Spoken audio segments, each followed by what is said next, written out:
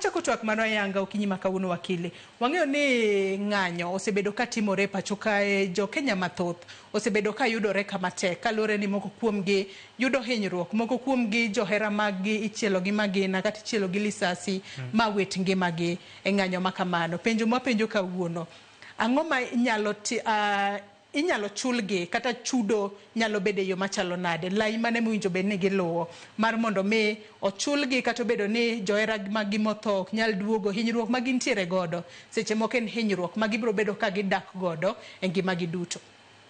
Okay, koro wachno bo chakore gi katiba.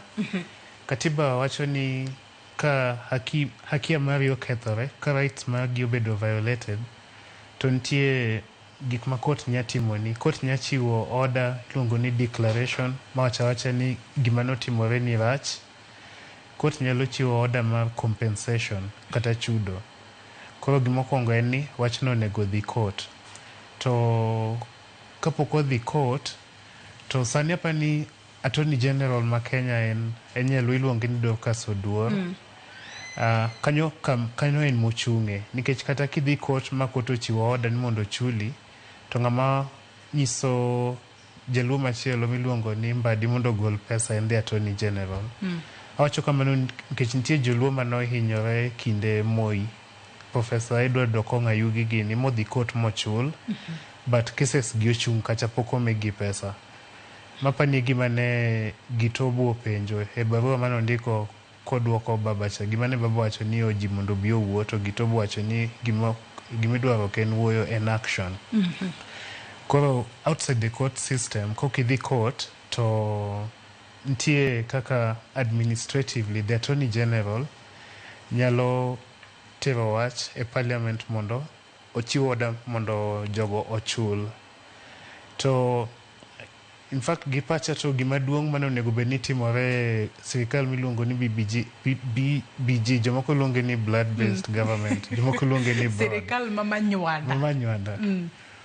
En ni nonego bed ni ing'iyo kaka inya chul joluo to osehinyore mang'eny. 2007 jomo hinyore, cases gimoko pod ni e court, to ng'eny ji pok ochul. Police nohinyo ji mang'eny e thurwa. Jogo wachgi pod oling' kanyo.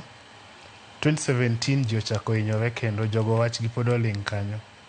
2022 be joluo moko hinyore. 2023 Azimio protest, kinde ng'anyo manotelne gi Raila Odinga e wach Finance Act ma 2023, joluo 175 nonegi. Jogo notero court e case gi Azimio. Case no pok owinje, to apani mago kuonde mane Attorney General onego bed ni nosedonje mondo ng'i kaka settlement inyalo tim.